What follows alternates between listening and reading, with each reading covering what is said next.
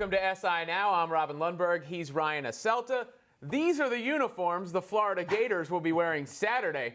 We'll give our thoughts on them in a bit. We want to hear yours. Weigh in on Florida flat fashion on Facebook. But first, welcome to the NFL, Mitchell Trubisky. Trubisky threw an INT deep in his own territory with the game tied, allowing the Vikings to tally the game-winning field goal. The Bears did register 15 points in the second half, Ryan, after only getting a safety in the first. One of the touchdowns was on a fake punt. If you were a Bears fan, how would you assess the rookie QB's debut? Well, let's skip over the fact that it was 3-2 at halftime, Robin. We're not even going to get into that, which was just straight out weird, okay? Trubisky, yeah, kind of what you expect. A rookie debut, 12 of 25, 120-plus yards, a pick, a touchdown. One thing's clear, they like his mobility. They moved him out of the pocket quite a bit. I think a third of his passes were outside of the pocket, so that seems like what they're going to do with Trubisky. Rookie mistakes. The interception deep in his own territory, throwing across his body. In fact, the touchdown he threw across his body. It got tipped, should have been picked, ended up in the tight end's hands. But a little bit of everything. Some hope, though, if you're a Bears fan, right? Well, I mean, fans always want hope. At the beginning of the season, that's always the case. At the beginning of a career, I'm not saying there's no hope with Trubisky, and I'm not going to crush someone in their debut, but I'm not going to spin this to the optimist way either. Last night, he didn't really do anything statistically to stand out. It's a debut. We'll see how he does a few weeks down the line. And this is a 1-4 team, really not going anywhere this year that can afford to see Trubisky, see the mistakes, and look towards the future. In Dallas, Cowboys owner Jerry Jones has continued to take a very hard-line stance when it comes to his team's players and the national anthem. In an interview on Monday with Chris Mortensen of ESPN, Jones reiterated that any player that he thinks disrespects the anthem and flag will not play. He also said that players need consequences to stand up to peer pressure. Robin, your thoughts? What Jerry Jones has done here aggravates me on a number of levels. One, it makes his whole stunt with the Cowboys players where they took a knee look like a total sham because you thought he was saying, all right, I've got your back to a certain extent. Two, when he says peer pressure, that's villainizing the people protesting, again, without addressing what they're actually protesting. He puts his players in a bad spot because I think obviously the guys who want to protest are now feeling pressure not to. And then some of the guys who maybe never were planning to are going to feel like they might be called sellouts by a certain segment of the fan base out there. And finally, it allows the president to appropriate this entire topic when it started, it had nothing to do with him. It basically drives me crazy at this point because I don't know what we're doing. What are we doing? Rehashing this topic over and over and over again and not accomplishing anything. Well, Jerry was at it again this morning, actually, on Dallas Morning Radio, kind of trying to clear things up, saying that this is a workplace issue and he is setting the expectations for the workplace as he was explaining his comments on the radio this morning. For more on the legal ramifications that may be in play here, let's bring in SI legal expert Michael McCann. And Michael, if a Cowboys player were to be benched for protesting during the national anthem, would that player have any recourse? Yeah, potentially he would. And it would really come down to interpretation of a contract. There is an NFL game operations rule that talks about players should stand for the national anthem, but note that it's should and not must. And secondly, whether or not, regardless of what it says, it wasn't a document that's collectively bargained with the players like the collective bargaining agreement. In other words, it's a league document. So there's that issue. Then it comes down to the player's contract. And there's paragraph 2 of a standard NFL player's contract that talks about employment and services. It talks about a player conducting himself on the field with appropriate recognition of the fact that success of professional football depends largely on public respect for the game. Very vague language, right? How do we interpret that? If a player were punished, he could go to arbitration and challenge the commissioner, or rather challenge the team. It could get pretty dicey. There's also the possibility of a route through the National Labor Relations Board, a lawsuit. It could go on for a while. Michael, when you hear Jerry Jones talking about workplace expectations this morning on radio in Dallas, is he kind of trying to cover himself if there is recourse down the road? Yeah, I think he's saying that this isn't a First Amendment issue, that this is a contract issue. And to some extent, he's correct. It is a contract issue. The NFL is a private entity. Its teams are private employers.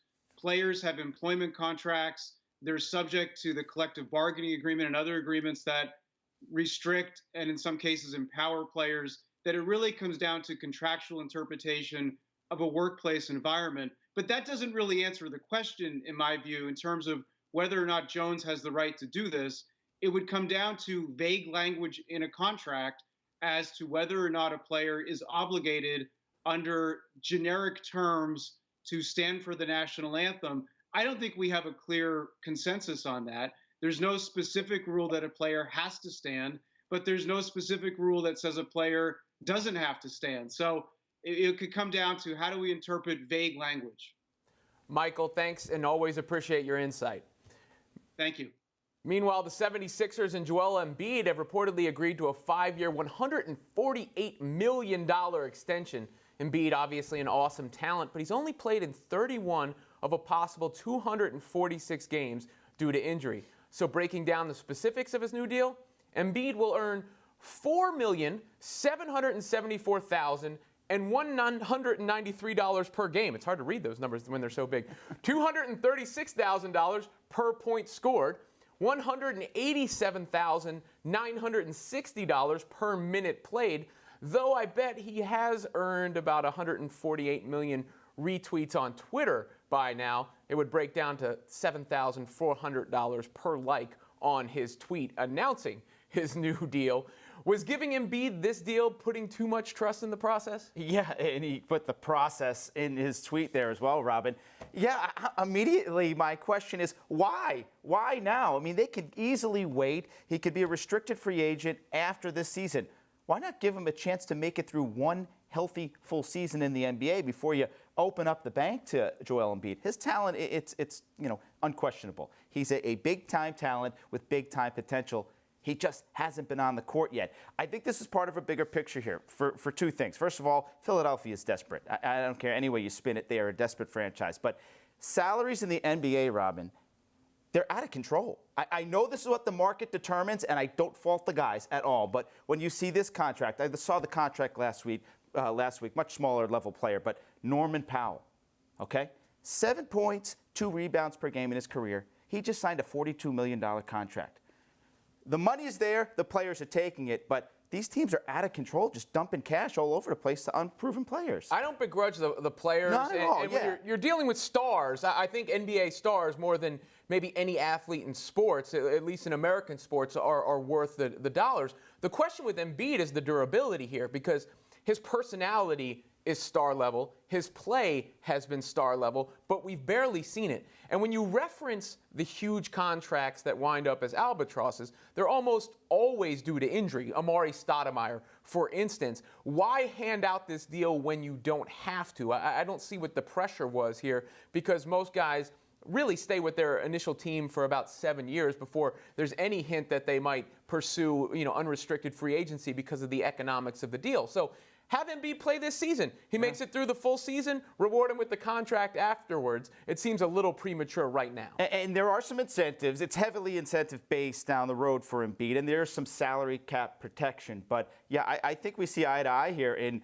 the timing is what is puzzling. Not necessarily the contract, because he makes it through one season. Yeah, this is what he deserves. He's a $30 million a year guy. But in October of 2017, 31 games into your career, I don't get it. I am happy for Philly fans because it does finally seem like they have an intriguing product that will be on the court. It's fair to say that this NBA offseason has arguably been the craziest of all time. Our own Maggie Gray recently spoke with SI's Lee Jenkins, who gave some insight on how All-Stars Isaiah Thomas and Jimmy Butler will approach the next chapter of their careers.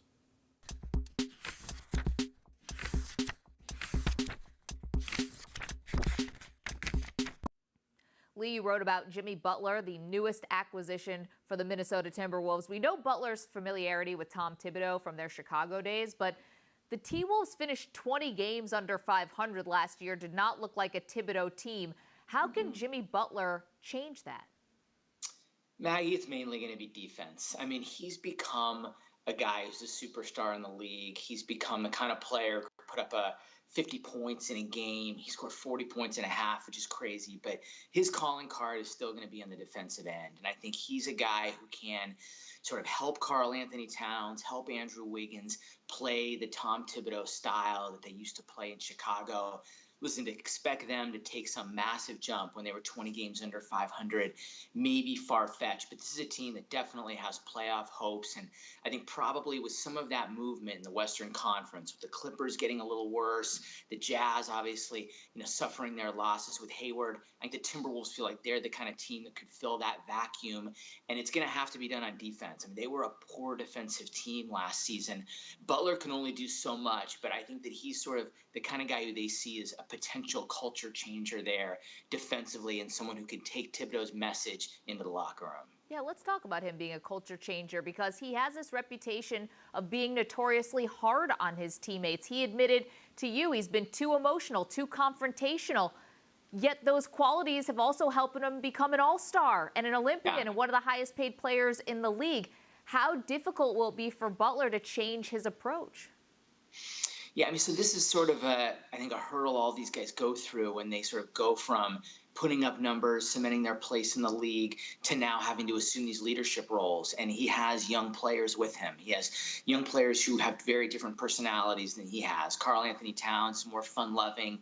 Andrew Wiggins, very quiet and mild-mannered. And yeah, Butler, there are times he came across probably in sort of an abrasive manner with the Bulls, and he has talked about sort of having to be more diplomatic. Now, is that the way he's wired? Maybe not. So there could be potential for friction there, I suppose, in that team. But that's the way Tom Thibodeau coaches, and that's part of why he and Butler kind of developed the rapport that they have. So, I talked to some Timberwolves assistants who said basically, these young guys are going to have to get on the train. They're going to have to be okay with that. Butler's a bit of a throwback in certain ways. And, the way he meshes with Wiggins and Towns will be something to watch all season. I know that there was definitely some apprehension with Wiggins about, whether Minnesota was going to be the place for him. And clearly now it is. And they have a big three. The Towns, Wiggins, Butler gives you three bedrocks to build around. And, whether or not those guys will all, how they'll mesh together, how much spacing they're going to need around them. Those are kind of questions that will be answered through this season. But clearly they have three stars. I don't know that Wiggins has necessarily achieved all that he was capable of, we thought, coming out of Kansas on the defensive end. And that's where I think a guy like Butler could help. The Cavaliers obviously made a huge trade with the Celtics in August. You spoke with Isaiah Thomas. The biggest question mark is Thomas's hip. He did not get surgery at the advice of doctors. Thomas believes he will beat the timeline for his return. Now, aside from just the confidence that most athletes have to have, right, is there anything that really makes him believe that will be true?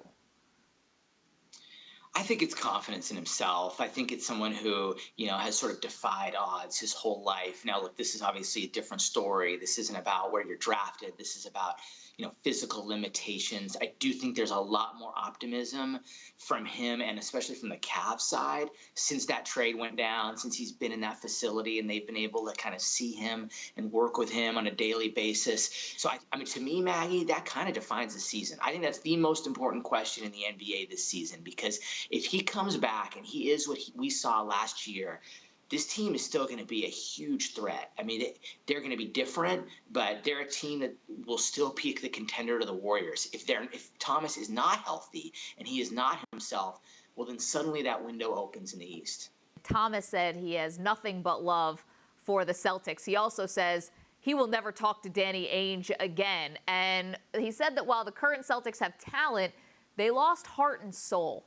Is that Thomas sort of talking as a jilted former Celtic, or did Boston sacrifice something crucial by trading him away?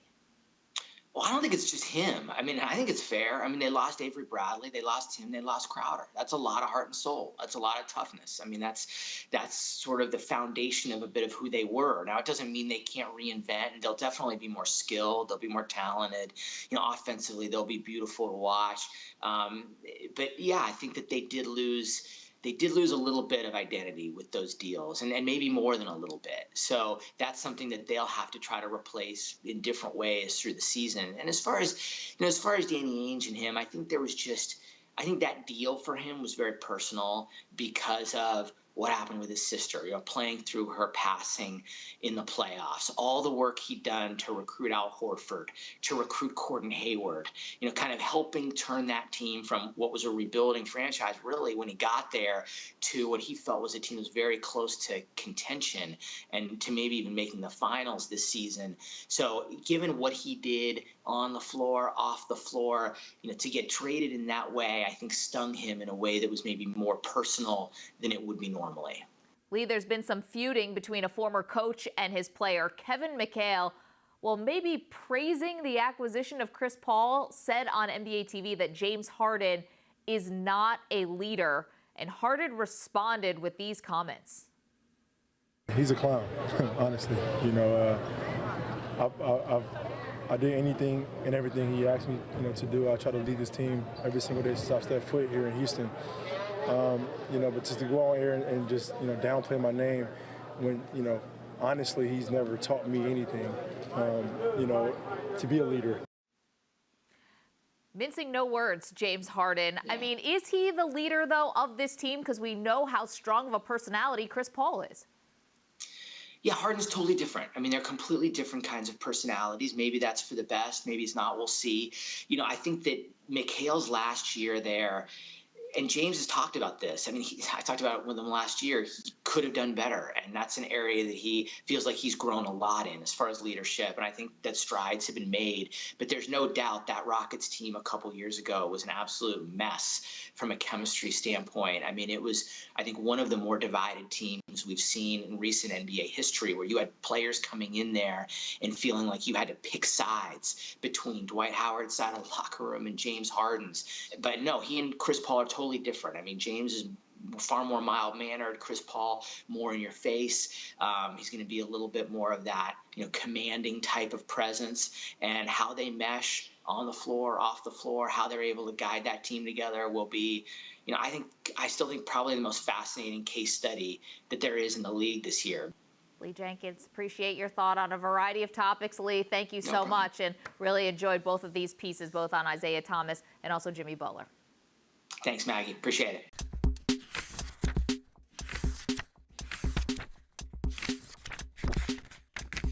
The University of Florida, they're going all in on the Gator part, as they'll be rocking these uniforms when they host Texas A&M Saturday.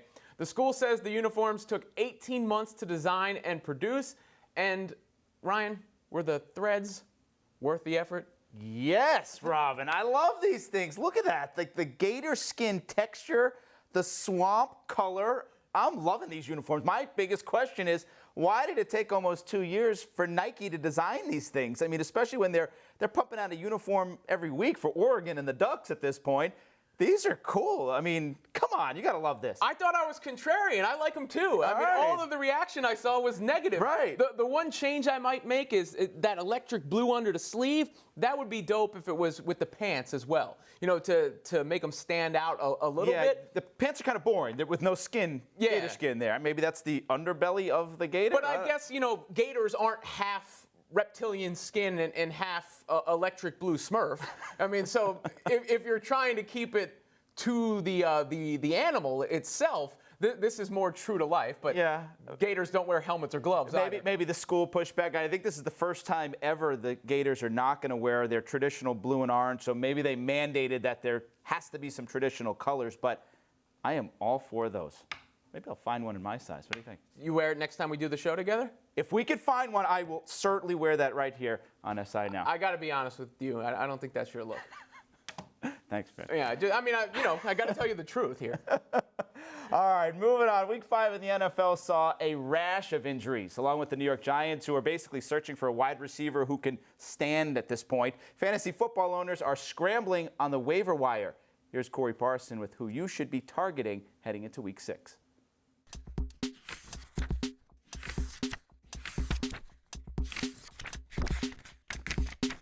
Hey, fantasy owners, it's Corey Parson, the fantasy executive, your SI Now fantasy football analyst. And now let's get to our waiver wire pickups for week number 6. If you picked up Aaron Jones after Ty Montgomery's injury last week, consider yourself lucky. This week's top waiver priority at running back torched the Dallas defense for 125 rushing yards. Packers lead running back Ty Montgomery will return soon, but Jones, who has the trust of Aaron Rodgers, has earned more carries in this high-powered offense. Colts rookie Marlon Mack was great in Week 5, rushing 9 times for 91 yards and a touchdown. Frank Gore will continue to be the lead back, but as the Colts offense improves, look for Mack to be a viable RB3 option as we navigate through the bye weeks. For owners that continue to need running back help, let's go to San Francisco running back Matt Breida. Kyle Shanahan insists that Carlos Hyde was limited in Week 5 because he was going with the hot hand. Try telling that to Devontae Freeman. More than likely, Breida saw more work because Hyde is banged up with a hip injury. Hyde has never been a player to stay healthy. Breida is a must-add for Carlos Hyde owners and a speculative add for owners in 12-team leagues. Roger Lewis, wide receiver, New York Giants. With Odell Beckham likely out for the season, Lewis will see an uptick in snaps and targets. While Beckham was out in Week 1, Lewis saw 6 targets. The Giants' offense will stink as a whole week in and week out, but Lewis can offer you support throughout the bye weeks. Finally, David Njoku, rookie tight end for the Cleveland Browns. Njoku has 3 touchdowns on the season. If Kevin Hogan remains the Browns' starting quarterback, Njoku could put up borderline tight end 1 numbers the rest of the way. With your waiver wire pickups for week number 6, I'm Corey Parson, the fantasy executive.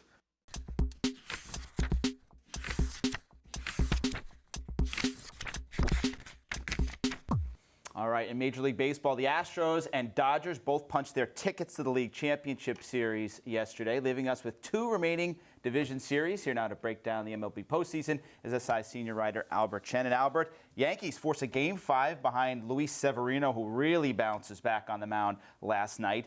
Game 5 in Cleveland. It's Corey Kluber against CC Sabathia. Who do you like moving on here? Well, let's not make this too complicated. As you said, Sabathia, Kluber. Edge to Cleveland, maybe. I think Kluber, look, take away his Game 2 start. Before the postseason, we would have rated him as the #1 pitcher, I think, that you would want in a deciding game. He wasn't great in Game 2, but Kluber is the man. We saw him last year in October. He's great. They're at home. The one thing I will say is if this is close into the late innings, then you start thinking, if you're Cleveland, about all these playoff failures, going back to last year, what happened in late October against the Cubs, and how you kind of almost squandered this series. I think if you're Cleveland, you just don't want it to be close late into the game. When the Yankees were first facing elimination here, Joe Girardi came under a lot of fire. Has he put that out, or does he need to win the series? I think he's mostly put that out. I mean, you know, he managed a good game, I think, yesterday. But I think that kind of looking ahead now, I mean, they've got a young franchise there, and, you know, it was a little bit of a rash kind of reaction. And this is what October is all about. I do think, though, to answer your question, he did kind of put that fire out. And look, if they win tomorrow in Cleveland, all is forgotten. Now, meanwhile, the Astros, they're rolling, took care of the Red Sox. Who would give them more trouble, the Yankees or the Indians? Well, I think if there's one takeaway in that first series with Boston, man, that Astros offense, we knew it was good, but it's firing on all cylinders right now. And there's really only one pitching staff, I think, that can stop them at this point. And that's Cleveland's. I think the Indians have the guys. It's Kluber, Carlos Carrasco. Then you get into the bullpen with Andrew Miller, Cody Allen, guys we've come to know so well. It's going to be tough. These Astros are really good, but I think their starting pitching is maybe not quite as good as the Indians. And I think if you're Houston, sitting at home right now watching this, you are absolutely rooting for the Yankees. Yeah, Houston 5-2 against the Yanks this year, 1-5 against the Indians, so they haven't seen them since May. How about the Red Sox? They get bounced. Interesting series for John Farrell, the manager there. He goes to Chris Sale out of the bullpen yesterday. Sale ends up running out of gas eventually. He had an ejection in this series. Is there a scenario where you could see Farrell not back in Boston next year? Yeah, I mean, look, I think Farrell's done a good job, and I think that I actually agreed with his move with Sale yesterday. That being said, is there a scenario? There is absolutely a scenario where Farrell does not come back. Now, the reasons are Dave Dombrowski, head of baseball operations, you know, he basically inherited John Farrell. They failed in the playoffs a year ago. They failed this year again. And I think that this is clearly a franchise that needs some sort of a reboot or maybe a change. And I think Farrell, you know, changing him at manager may be something, I think it will be something that they do consider, and it's just all about the options that they have. Who would be the potential candidates to be the new Red Sox manager if Farrell is gone? Well, that's the question. I think if there is a great candidate, I think they will make a move. You can look in-house. Gary DiSarcina is certainly kind of a rising star. Other teams have been interested in him. if you are looking at kind of like the face of, wanting to sort of reboot things, change the conversation, I think Jason Varitek could be a very interesting guy. He's been sort of mentioned in the past, and, throw him into the mix. But I think at the end of the day, you're going to want somebody, if you're Dave Dombrowski, who you have a good relationship with, because in this day and age, it's all about the front office managerial relationship. And Brad Ausmus is certainly an interesting guy who had success in Detroit, and I think that people really respect him. I think he's a candidate elsewhere, but I think he could be a really interesting option for Boston. Meanwhile, the Nationals, they drop another game to the Cubs in danger of elimination, of course. Their ace, Max Scherzer, was dealing and was questionably taken out by Dusty Baker there, which ultimately led to the Cubs scoring. If the Cubs finish the Nats off, how small is the Nats window to win a championship? It's pretty small. I think that, this is a very good team, but there are a lot of changes coming here. Jason Worth is a free agent after this season, but then you look ahead, Bryce Harper and Murphy next year are leaving potentially, free agents. Even the front office could be in for some change. Mike Rizzo, his contract is up after next season as well. But more importantly, I think that guys like Scherzer and Strasburg, who are signed beyond 2018, this is the peak of their careers right now. So you want to cash in now. Scherzer, this is the absolute best that you're going to get from him, and Strasburg as well. So I think the window is closing. Now, they'll have a chance next year as well, but man, that clock is ticking very loudly in D.C. Interesting. We're talking about two division winners possibly hitting the reset button after this year. It's kind of unheard of. Winner of that Cubs-Nats series will take on the Dodgers, who are now on to another National League Championship Series. That means the Clayton Kershaw conversation comes up. We all know Kershaw struggles in the LCS, 8 starts, an ERA over 5. Albert, do you expect anything different? Is the Dodgers' World Series hopes hinging on the left arm of Kershaw? Yeah, it always is. They need Kershaw to be really good, but they don't need him, as in the past, to be great. I think that we saw last night in Arizona, they have Yu Darvish. They also have Clay Bellinger, who had a big game last night. Now, look, Kershaw, he's a great pitcher, but there is something now, close to 100 innings now in the postseason. His ERA is above 4.5. He's just not the same pitcher he is during the regular season, so we kind of have to accept that now.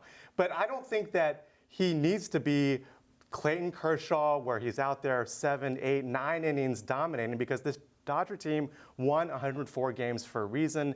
I think they're well balanced. He needs to be good. I don't think he needs to be great. I think the Dodgers are still looking very, very good to make the World Series. Thanks, Albert. As always, of course, more Major League Baseball playoff action today. We'll be back with more of that and the latest sports news tomorrow here on SI Now Live. Make sure you follow us on Twitter @SI Now Live and check in tomorrow at 10:30 a.m. Eastern.